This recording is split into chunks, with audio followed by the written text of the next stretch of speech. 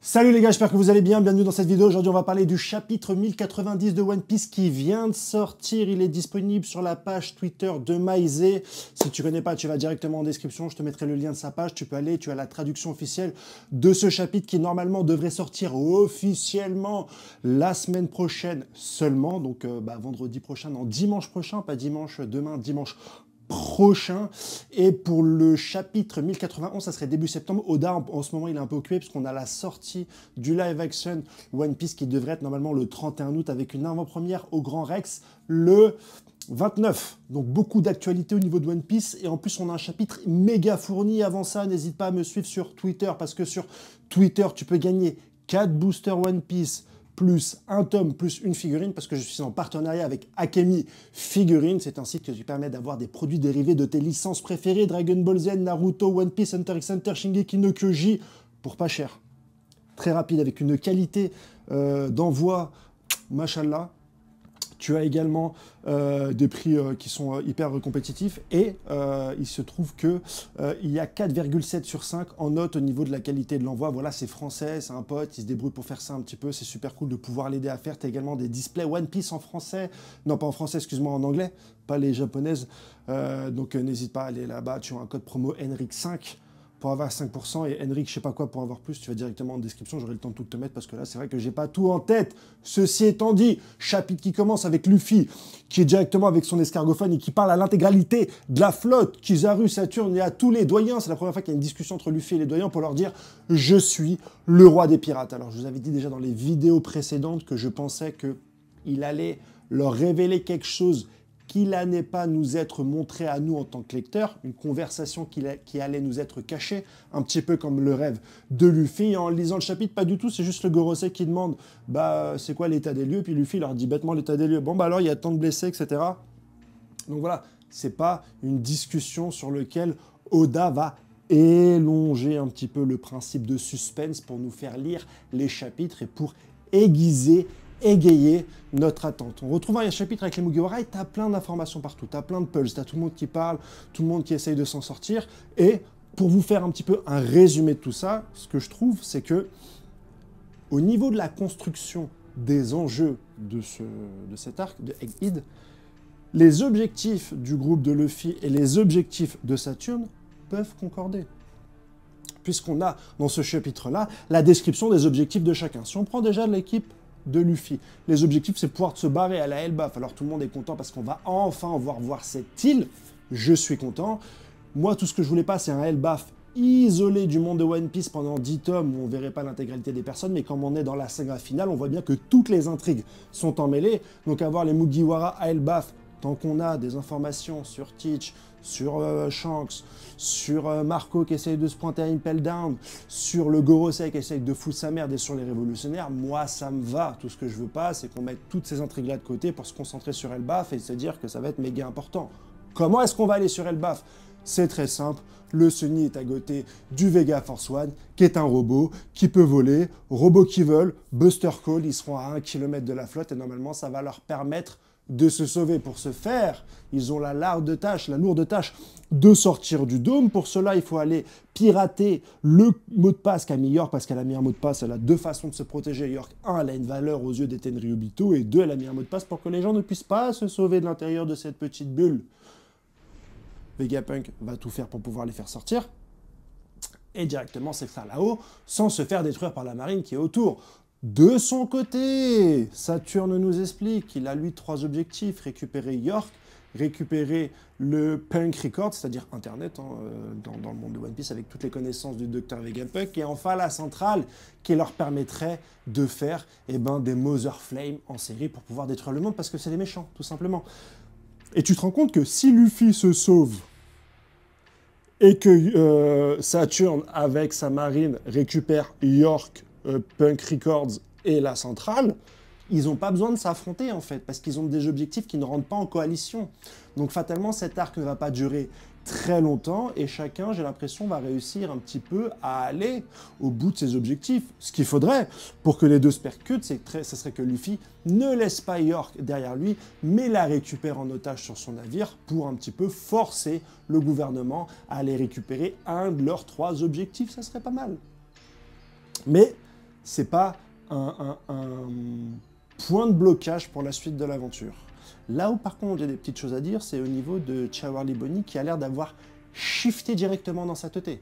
Elle est là, ouais, super, Sanji est super cool, et puis Luffy lui dit, attends, mais t'es une meuf qui chiale non-stop et qui fait la gueule, enfin t'es là pour tuer le docteur Vegapunk parce que tu penses qu'il a trahi ton daron, qui est potentiellement mort, ou en tout cas t'as vu son enfance, très triste, se faire tabasser sa mère, et là on te trouve un peu souriante. Alors ça peut être parce qu'elle a trouvé dans ce flashback des réponses à ses questions qui ont apaisé ses attentes et compris la relation tumultueuse entre le docteur Vegapunk et ce cher Kuma. Elle aurait compris pourquoi est-ce que Kuma est tantôt chef d'un royaume, révolutionnaire, cyborg, Shichibukai, et bien d'autres. Il a vraiment des problèmes de personnalité, ce pauvre personnage. Ou alors, comme on a toujours l'étendard de Barbe Noire qui flotte non loin de l'île, c'est peut-être Katarina Devon qui a déjà pris son apparence pour pouvoir s'infiltrer. Quel serait l'objectif finalement de Barbe Noire? Récupérer la technologie de Vegapunk. Ses secrets sur le fruit du démon, Barbe Noire c'est un chasseur de fruits du démon à la base. Il l'a pour tous les récolter, c'est ce qu'il essaye de faire. Il a percé un de ses secrets puisqu'il a réussi à en manger 2. Peut-être qu'il va aller plus loin dans la découverte de ces fruits-là, et pour ça il a besoin de récupérer ou des informations du docteur de Vegapunk ou des données. Il a dit aussi à un moment, je ne laisserai pas ça à la marine, rappelez-vous.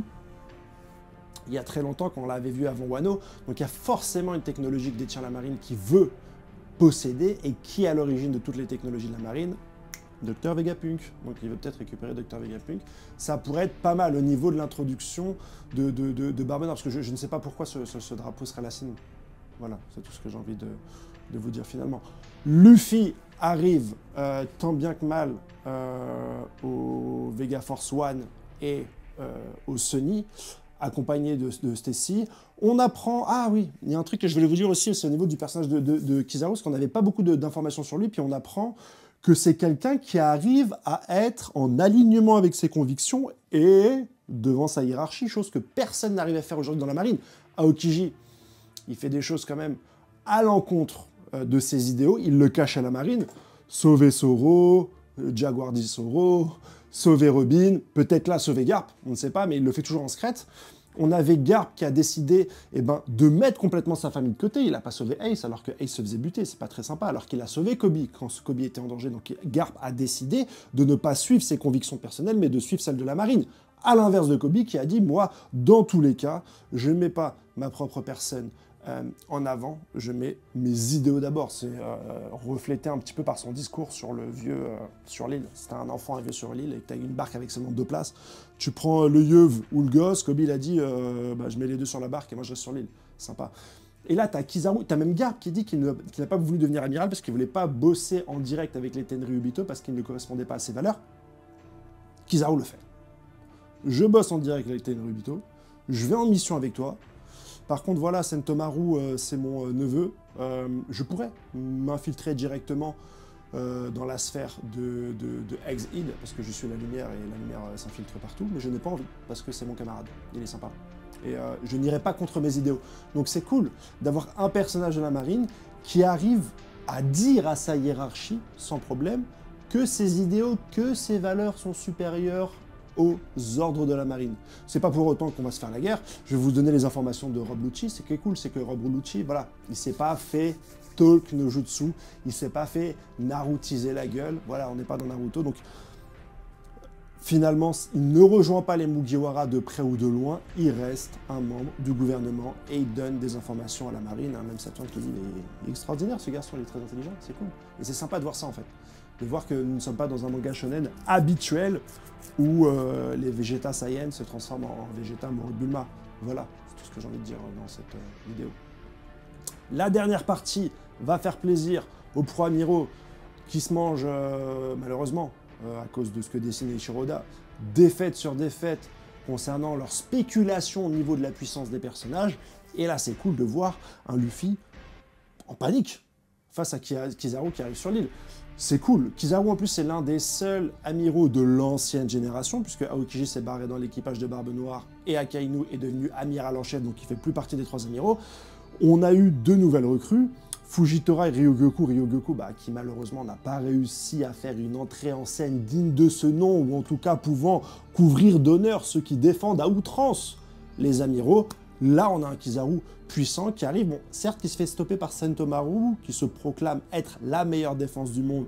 Je ne me rappelle plus pourquoi il se proclame ce genre de choses, n'hésitez pas à me le mettre en commentaire, mais qui arrive à stopper la lumière. Donc maintenant, avec le haki, on sait qu'on peut stopper les fruits du démon, donc ça me paraît plus ou moins logique. Mais juste son entrée sur l'île, ça met une sacrée pression à Luffy. Je ne pense pas que ça soit un autre personnage. Je ne pense pas que Luffy parle ni de Saturne, ni de Barbe Noire. Je pense que c'est vraiment Kizaru, faut se le dire. Et moi, j'aimerais bien avoir un Kizaru fort. J'aimerais bien avoir un amiral fort. Même si je suis pro-Yonko dans le débat, parce que les amiraux ont la puissance des Yonko, je pense pas que les amiraux ont la puissance des Yonko forcément, mais je ne suis pas contre avoir un amiral fort qui puisse mettre des tatanes à tout ce qui bouge. Voilà. Tout ce que j'ai envie de te dire sur ce chapitre. Danse. Dis-moi ce que tu as pensé en commentaire. N'oublie pas d'aller sur mon Twitter pour le jeu concours. Il y a une figurine de Zoro à gagner, 4 boosters, le tome 105 de One Piece, le dernier tome. Donc voilà, moi j'essaye. Je ne touche rien à chaque fois que je fais des pubs. À chaque fois que quelqu'un me demande, ouais, qu'est-ce que tu veux, machin truc, moi je dis, moi je veux des choses pour mes abonnés. Et c'est pour ça que j'ai des cadeaux à vous filer assez régulièrement. Je vais pas faire des openings où moi je kiffe, ouais, j'adore, regardez, j'ai eu ça, une super figurine, ouais, je suis trop content. Et toi, tu regardes, t'as rien. Ça fait un petit peu comme à la récré quand le mec il chape, ouais, tu vas à l'anniversaire d'un gars, il ouvre tous ses cadeaux, et toi t'es là, tu vois, en mode ouais, super, génial, j'espère que t'es heureux, ouh. Un anniversaire, ça va, t'es invité, c'est un pote, mais un youtubeur, je trouve ça débile, qui va te montrer qu'il flex parce qu'il a plein de figurines et tout, et toi t'as rien, tu vois. Donc moi je me suis dit, bah vas-y, je vais faire un jeu concours, comme ça, eux ils ont quelque chose. Puisque vous me donnez de la force régulièrement. N'hésitez pas à vous abonner. Allez, ciao, bye bye. Faut que j'aille manger ce soir. J'ai un truc, un resto. Tchuss.